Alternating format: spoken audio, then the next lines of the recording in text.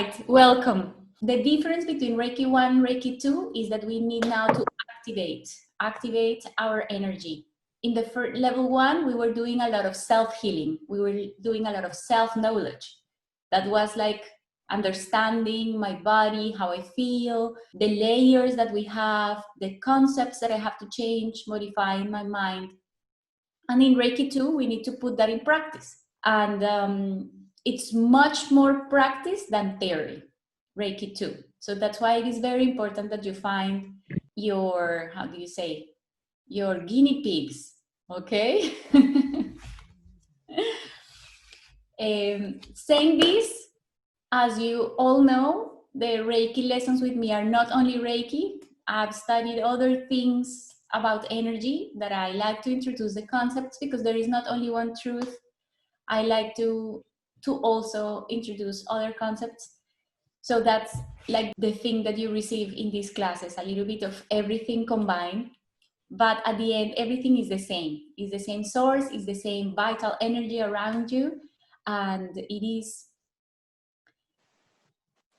the consistency of always being a better person, what lights you up. If you really work in yourself, the amount of energy that you have in your body is much way higher. Being better in everything of yourself, being better physically, being better with other persons, being kind with everybody, remember, doing always the best, working with your mind, not having any worries, working with your emotions, don't becoming angry, if you know what I'm talking about, the 5 Reiki principles, and uplifting energy, being grateful with everything. So that's something that we need to recuperate and work hard every day. All right? So let's start with the manual of Reiki 1. So I'm going to shoot questions to each of you. Well, let's start to see if you remember what are we studying. What does the kanji is the scripture or the word of Reiki, means?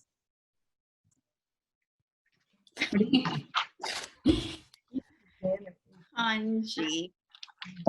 This is the kanji of Reiki. Somebody remembers what does it mean? Ray, I remember that Ray means rain, right? It's coming. Yeah. Yeah, exactly. Yeah. Okay, that I remember. Yeah. I remember he is energy. Yes. He is energy. Yes, ki is energy.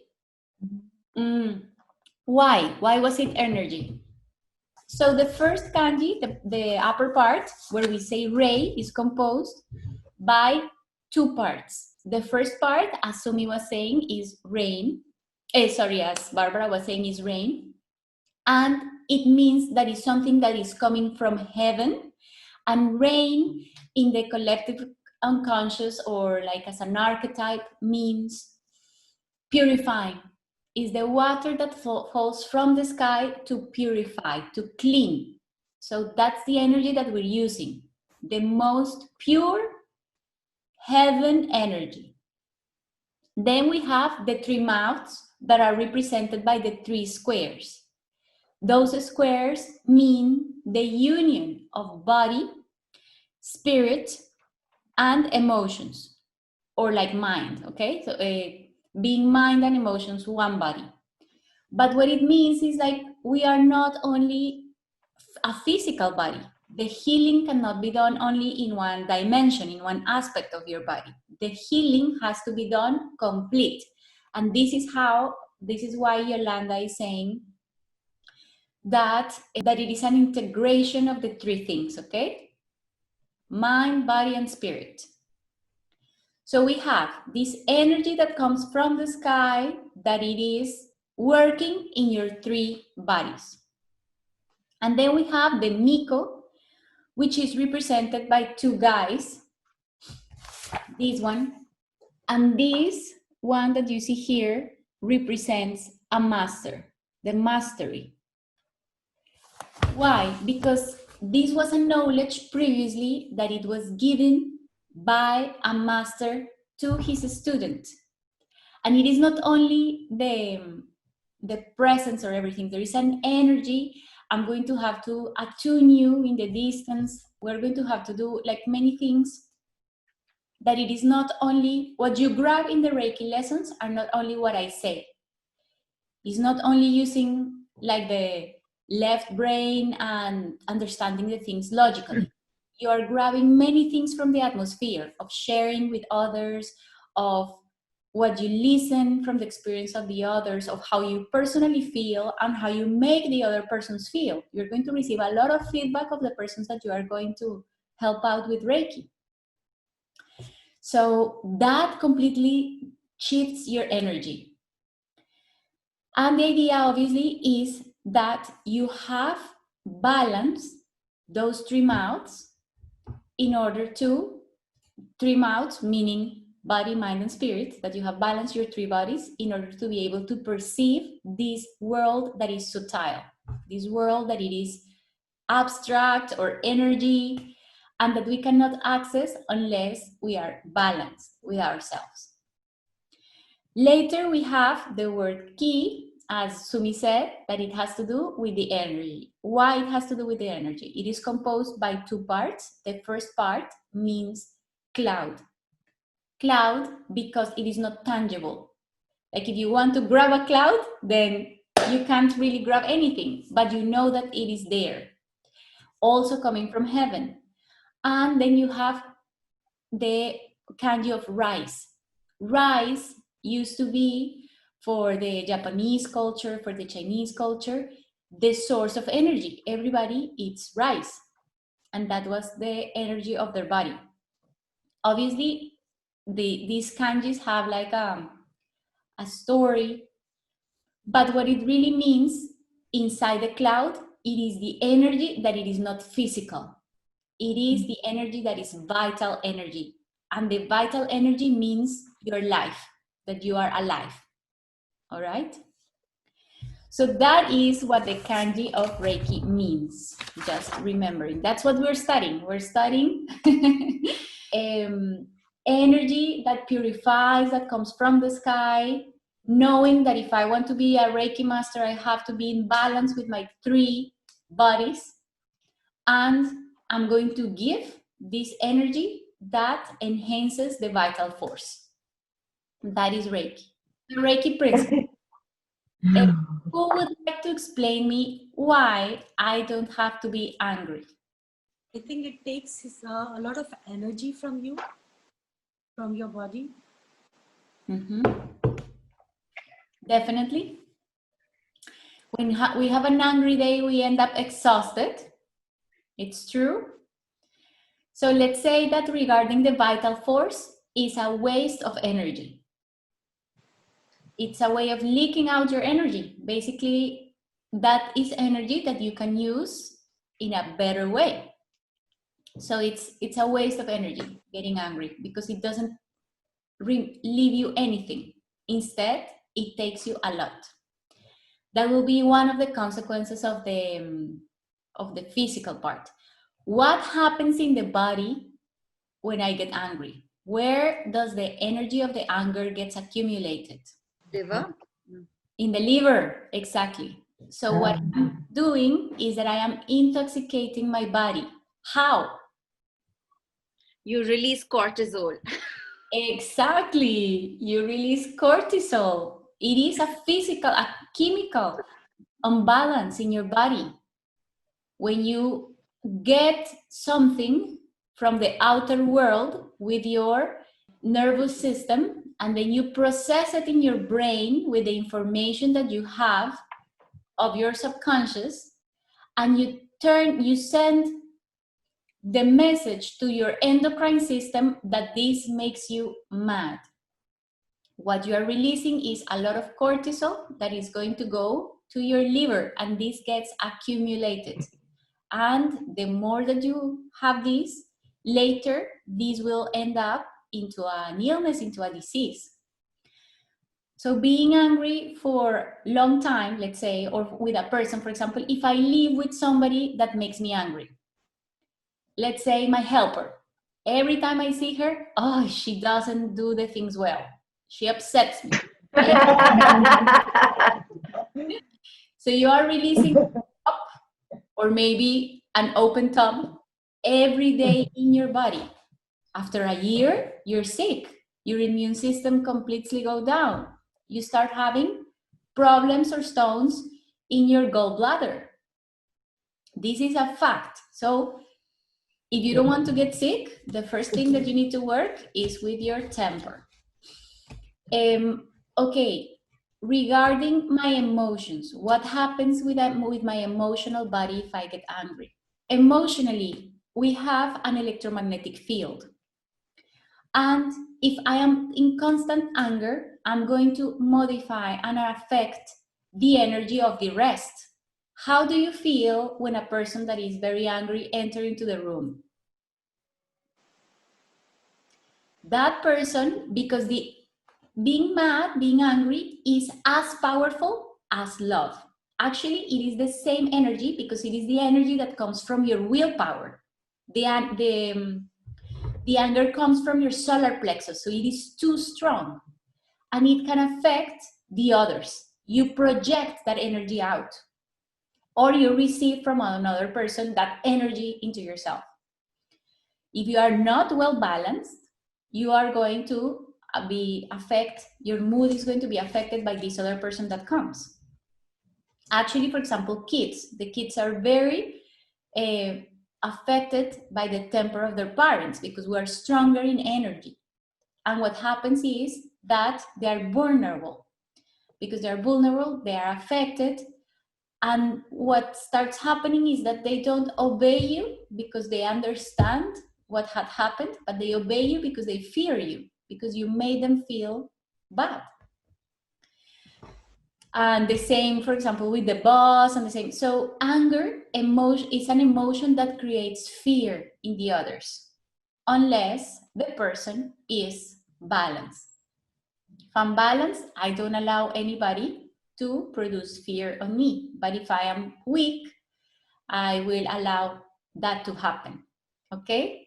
So the consequence is that in your body, we have 1 minute remaining, so if it cuts, we just join the same link. In your body, you are going to poison yourself. And that's what Mandela used to say, right?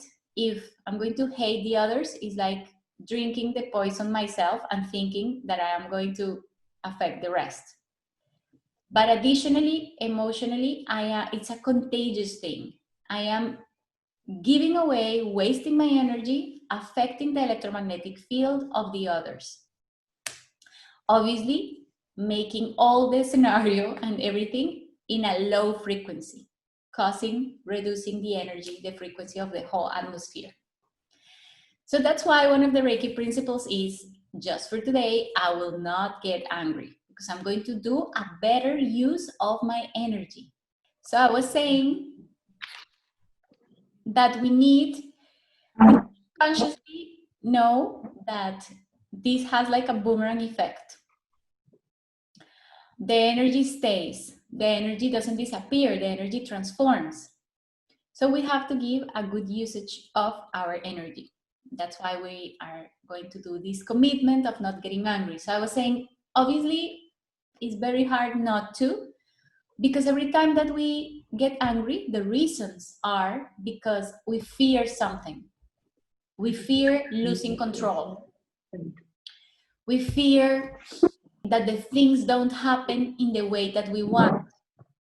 We fear maybe, for example, you get mad because somebody is going to be in danger. So what is your fear? Your fear is that that person harms himself and it's somebody that you love. And you later will say, but I told you shouldn't do this, da, da, da. But it is your own fear. And sometimes the persons have to pass their own lessons. So it is not that you don't care, but it is release that energy maybe into just suggestions, knowing that at the end the person has to pass through their own lessons. So it has a lot to do with detachment and with releasing the need of control. So there are a lot of things and opportunities. When we get angry, just think, this is the opportunity of getting to know myself. what is my fear behind this feeling? Because anger always has to do with a fear that you have. Why am I fearing in this situation? I get upset with this person because this person does this. Okay, so why is it in my life that I cannot accept this? What is my fear? What am I losing with this?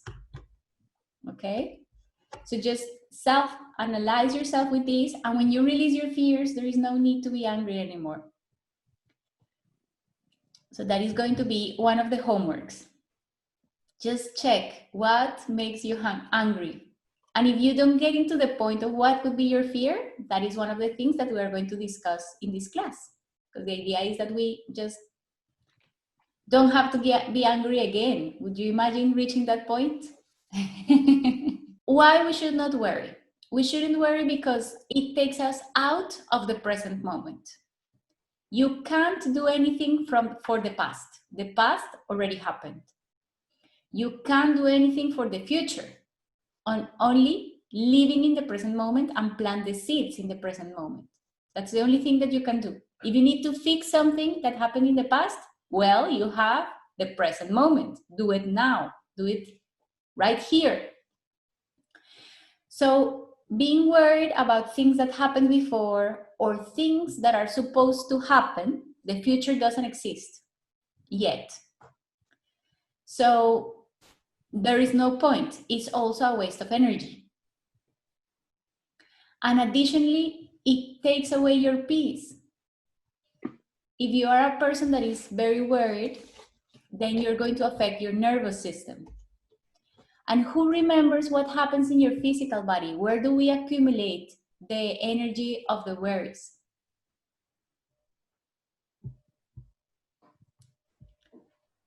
In the lungs, In the bladder. The kidneys. in the heart, in the whole body. When we see situation that it is difficult to accept, right? When the metaphor with the physical body is that you eat something and it is hard to process, like this situation Digested. in the stomach. In the stomach, we're going to accumulate the worries.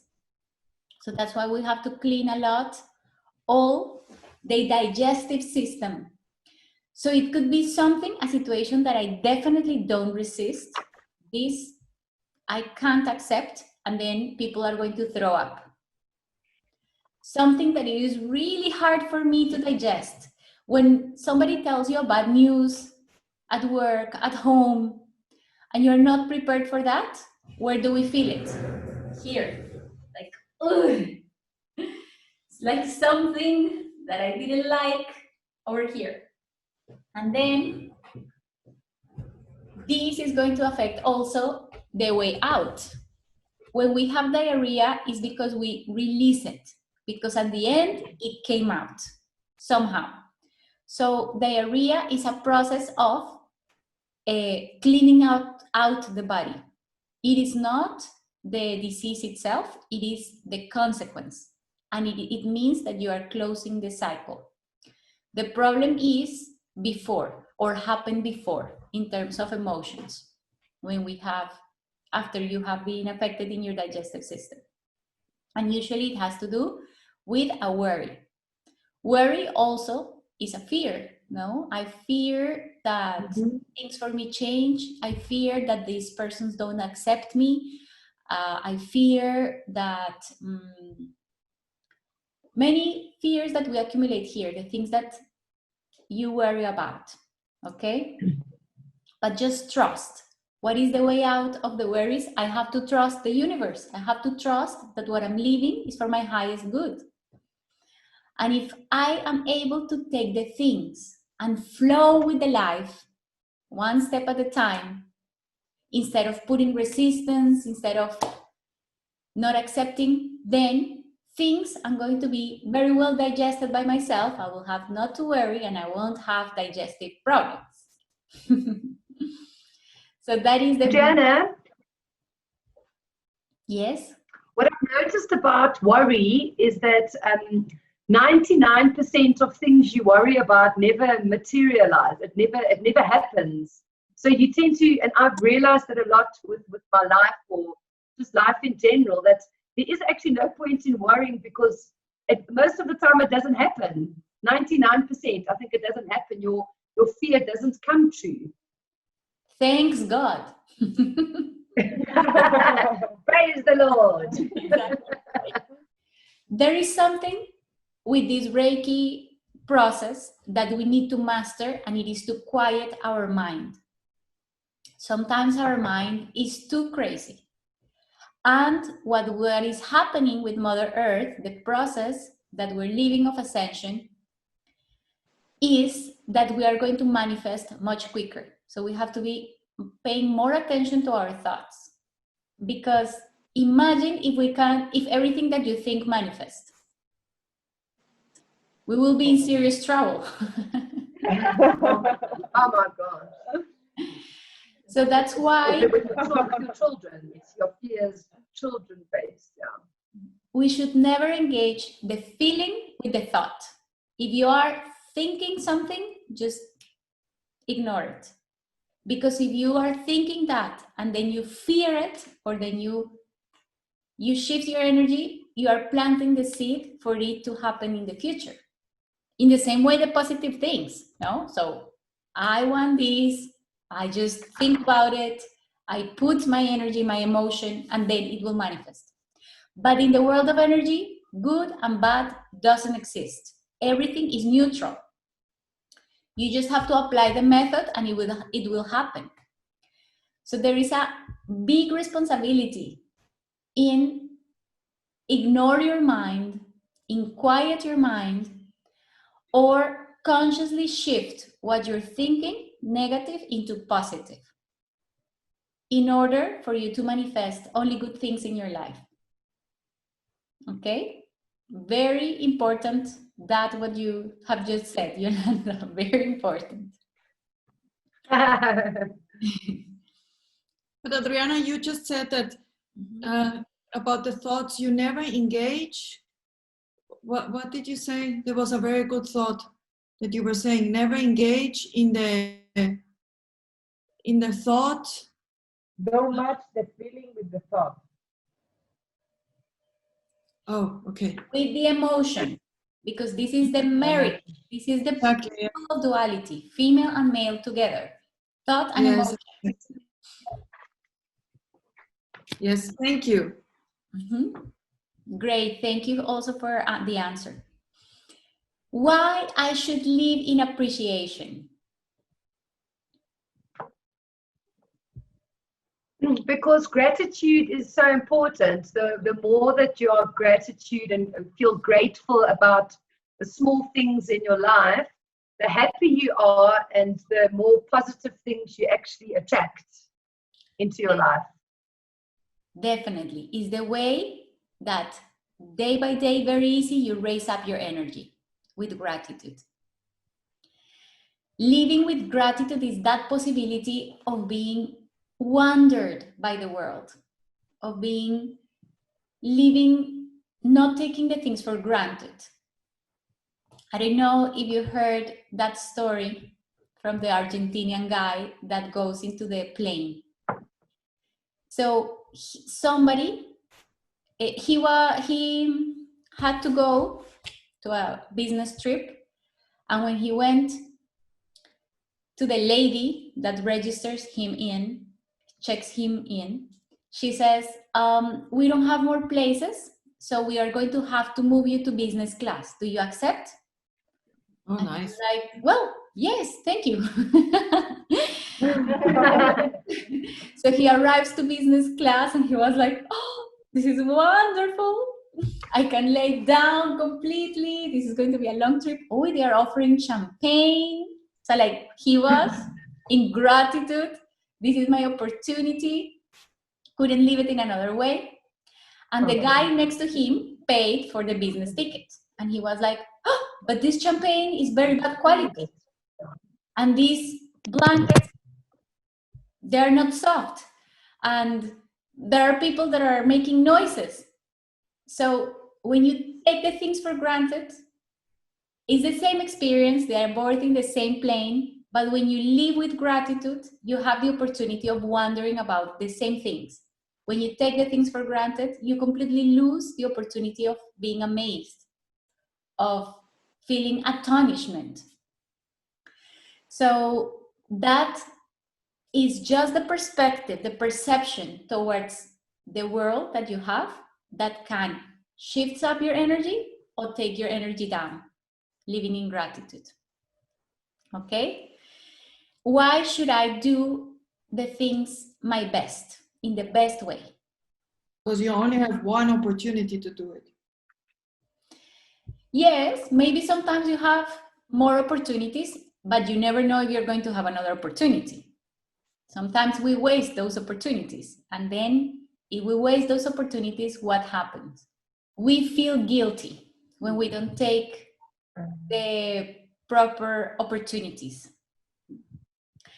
Let's say every day I see my mother, right? And I arrived home and I see my mother and she's always like, oh, I want to talk to you. How was it? It was well. She always wants to talk to me. The day that I don't have her, I realize that I didn't give her enough time. So I feel guilt because I didn't do my best, because I could have done better. I could have given her attention, for example. The same with your husband, with your children. Attention, acknowledgement are the things that everybody wants to receive. Everybody wants to feel accepted. Everybody wants to feel loved. And if you give these to the others, you will have no regrets at all. And that's part of giving yourself. Fully giving myself to somebody is giving my full attention. Using my 5 senses to be with you. I am listening to you. I am looking at you. I am feeling you. I feel how you're feeling. I taste you. I can really touch you, give you a hand, something. In that way, you will completely feel appreciated, valued. And then I have no regrets. It doesn't matter if I solve the problem of the person. It doesn't matter if I give my best. And this had to do with every given moment, with every living creature, with every circumstance. I give my best while I'm cooking. I give my best when I'm partying. I give my best when I'm listening to a friend. I give my best in my job. And this is the energy that you're putting into the world that comes back to you. You will definitely feel it. There is no way that you give your best and you don't have recognition, appreciation, this only how you feel, because you feel, oh, I was able to do it well. I did it well. Sometimes you give your best and you couldn't reach the goal or the task. Maybe you just couldn't do it. But giving your best also means being resilient. Means don't give up. Because it doesn't mean that you just have to do it good one time and the others you don't do it. No. Giving my best is, meanwhile I am alive, I can still try. And there is nothing that trying and practicing you cannot do. Even if your mind sabotages you, even if your mind says, no, you can't. If you have discipline and you keep practicing and you keep doing it, one day your mind is beaten. Because you prove that you're able to improve in that thing. Maybe you put like, I want to do it like this person, like models. But this is not how we have to deal our lives. What we care about in our own energy is, what happened? Sorry. Is that we self-improve. For the ones that do yoga, it's a clear concept. I don't need to be like, I don't know, like these gurus that are able to twist themselves and become a knot in one posture, because that's not me. What I need to do is see that every day, little by little, I'm a little bit more flexible, because that's my own evolution. It's my own improvement. I don't have to compare myself with anybody, because my mission is not the same with anybody else's. It's my own mission. So doing my best is improving myself. That is doing my best. Do the things in the best way I can today. Don't giving up, and being a better person every day. And why I should be kind with others. Adri, I have a question before. I'm like, there's always like that balance between continuing to put your energy into something which seems a bit, which seems upstream and it's difficult, and you're like, should I give this up, versus, that whole other concept that if it's meant for you, it'll come easily to you. So where's the point we decide that maybe this road is not meant for us, and maybe because we are trying so much continuously towards doing something, and it's not working out, and then having that enlightenment to know to go somewhere else. Yes, Let go. many times in our lives we have felt like that, but you have to trust the universe.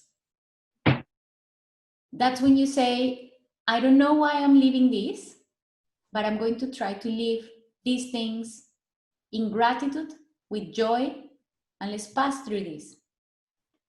There was one sentence of Mother Teresa of Calcutta. She said something like, being in peace or something really means that I accept everything with joy. That whatever it comes in my life, I accept it with joy. And that was like her secret. Not complaining, not resisting, just whatever it comes, I accept it with happiness. And that opens the flow of the energy. That is what really opens the flow of the opportunities. The other thing is that we are used to see the world black and white. So this, what's happening to me, is a curse. This is bad. Don't realizing that what you're living is an opportunity. For example, the quarantine. We have had a lot of time to think, to rebuild ourselves, to try to organize our life in a different way. Maybe it is the opportunity for us to live different, to live more intensely, to give value to the real things. But it's your decision if you stay in, this is a problem, I am restricted, I can't go out, or if you say, okay, what can I do with this new situation? So remember, everything outside is neutral. All the circumstances are neutral. How you deal with them is how you can flow in your life. And obviously, I suggest that you deal with them with joy. So let's move on to why I will be kind and friendly with all living beings. That same kindness come to you, back to you also in some way. Yes. Because we're all connected. Because we're all connected, both of you very wise. Why else?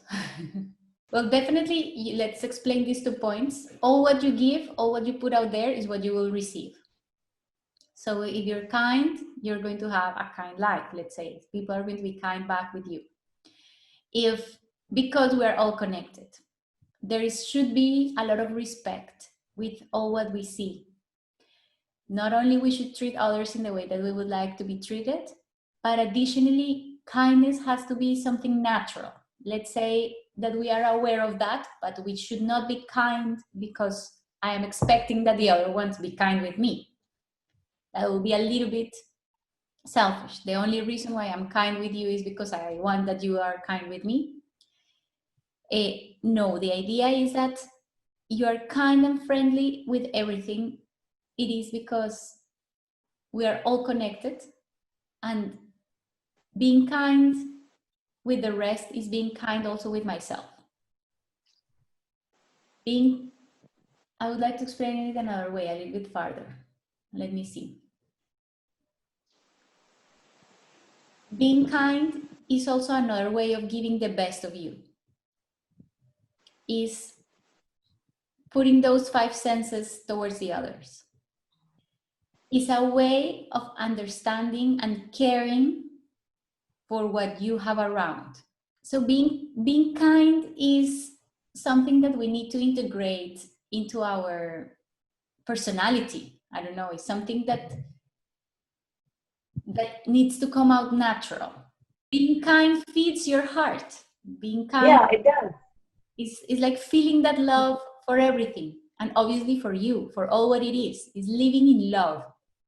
Like as gratitude raises up your energy, love and unconditional love, which means to be kind with everybody, but not because I'm waiting for something back, but just being kind is something that uplifts us your energy with the highest energy possible, which is love, definitely. So it's one of the most important of all of these. Okay, so obviously from now on, we have to put in practice these Reiki principles again.